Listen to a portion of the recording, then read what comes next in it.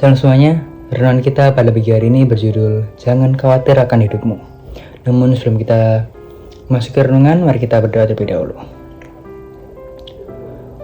Tuhan Yesus, Allah Bapa kami yang bertahta dalam kerajaan surga, kami mengucap syukur Bapa atas berkat dan rahmat-Mu, sehingga pagi hari ini kami bisa dapat terbangun dari tidur kami tanpa kekurangan suatu apapun ya Bapa.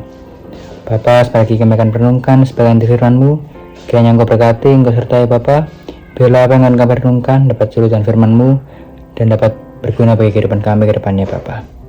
Dalam nama Tuhan Yesus, kami selalu berdoa dan mengucap syukur. Haleluya, amin. Nah, seperti yang kita tahu, renungan kita pada pagi hari ini berjudul Jangan Khawatir Akan Hidupmu. Renungan kita pada pagi hari ini saya ambil dari kitab Matius pasal yang ke-6 ayat yang ke-31 dan sampai dengan yang ke-32. Oke, akan saya bacakan. Sebab itu janganlah kamu khawatir dan berkata, apakah yang akan kami makan? Apakah yang akan kami minum? Apakah yang akan kami pakai? Semua itu dicari bangsa-bangsa yang tidak mengenal Allah. Akan tetapi, Bapamu yang di surga tahu bahwa kamu memerlukan semuanya itu. Nah, sebagai manusia yang memiliki banyak keinginan, ekspektasi dan harapan, kadangkala kita menjadi cemas, bahkan overthinking akan berbagai hal, terutama apa yang akan terjadi ke depannya. Padahal firman Tuhan mengajarkan kepada kita untuk tidak usah khawatir akan hari besok. Kenapa? Karena ada Bapa. Ada Bapa yang lebih tahu apa yang kita perlukan, dan ada Bapa yang lebih tahu apa yang benar-benar kita butuhkan. Banyak orang yang overthinking, misal, aduh kayak besok gimana ya, ini bla bla bla. Atau juga, aduh aku jadi gini, gimana ya kalau apakah bla bla bla. Oke, aku paham. Wajar manusia overthinking akan berbagai hal. Wajar juga manusia takut akan berbagai hal. Tapi ada yang harus kita ingat. Jangan biarkan kekhawatiran kita mengalihkan pandangan kita, atau mengalihkan perhatian kita atau fokus kita dari Tuhan. Nah, jadi di sini aku mengajak kita semua untuk datang kepada Tuhan apabila kita sedang cemas atau overthinking. Saat overthinking, beberapa orang mungkin larinya bukan ke Tuhan, melainkan ke hal lain untuk mengalihkan fokus mereka, sehingga mereka tidak memikirkan masalah mereka. Seperti main sama teman, main game, nonton film, dan berbagai hal lainnya. Oh, emangnya nggak boleh? Sebenarnya boleh-boleh aja. Asalkan kita tidak lupa untuk datang kepada Tuhan. Kita harus mengutamakan Tuhan terlebih dahulu. Tuhan Maha Tahu, Tuhan mengetahui berbagai persoalan dalam hidup kita. Dan Tuhan akan memberi kita berbagai jalan keluar, karena Tuhan mengetahui apa yang terbaik untuk kita. Jadi, jangan sampai dengan kita lari ke hal tersebut, kita menjadi lupa akan Tuhan. Bahkan kita saking kita ingin mengalihkan fokus kita ke hal lain, kita jadi nggak ibadah, kita nggak baca Alkitab, kita nggak sholat teduh. Jadi kita harus tetap fokus sama Tuhan. Jangan sampai kita menyia-nyiakan waktu kita begitu saja. Tapi hal-hal tadi kan bisa bikin kita tenang. Ya, kuakui, memang kita bisa tenang, dan kita jadi lupa dengan berbagai kekhawatiran kita, karena kita menyibukkan diri kita.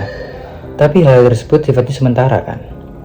Waktu kita sudah selesai melakukannya, pada akhirnya kita akan tetap khawatir dan mungkin malah bahkan mungkin tidak menemukan solusinya, karena kita menghabiskan waktu kita begitu saja. Jadi sebenarnya kita harus banget datang ke Tuhan, minta pertolongan Tuhan, supaya kita dikasih tahu, kita dikasih pertolongan, kita dikasih jalan keluar sama Tuhan. Nah, terus kita harus apa? Pastinya kita harus datang ke Tuhan. Tuhan yang tahu akan apa yang kita butuhkan, dan Tuhan akan memenuhi apa yang kita butuhkan. Tapi sebelum menuntut hal-hal tersebut, kita tentunya harus menjalankan kewajiban kita terlebih dahulu.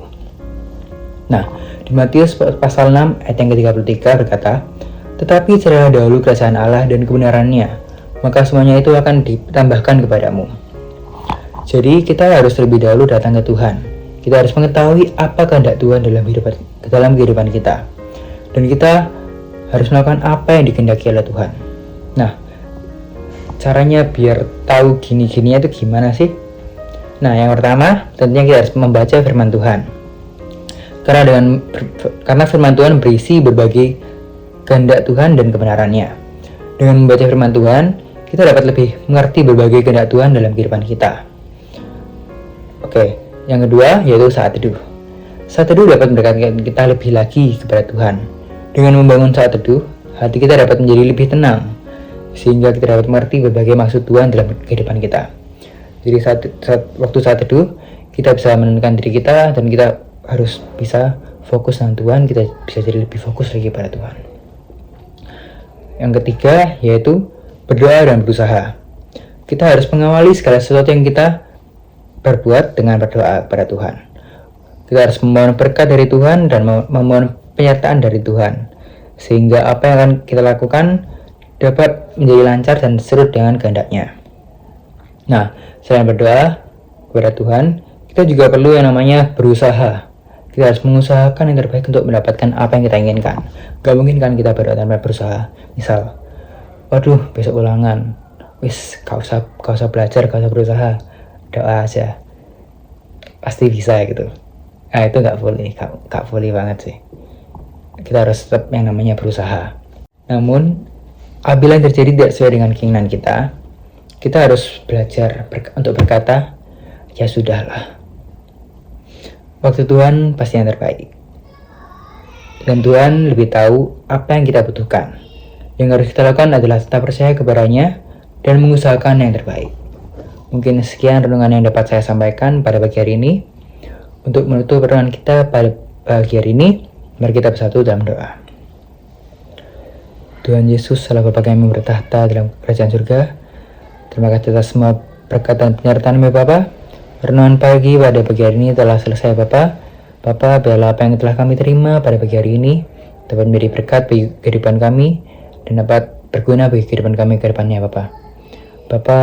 Ajar kami untuk tidak terlalu khawatir akan kehidupan kami Bapa. Ajar kami untuk terpercaya kepada rancangan-Mu, karena rancangan-Mu adalah rancangan yang terbaik untuk kami Bapa. Sebagai kami akan melanjutkan berbagai aktivitas kami Bapa, kiranya Engkau sertai, Engkau berkati. Biarlah apa yang kami lakukan ke depannya dapat surut dengan kehendak-Mu dan dapat memuliakan nama-Mu lebih lagi ya Bapa. Dalam nama Tuhan Yesus kami sudah berdoa dan mengucap syukur. Haleluya, amin. Oke. See you. God bless.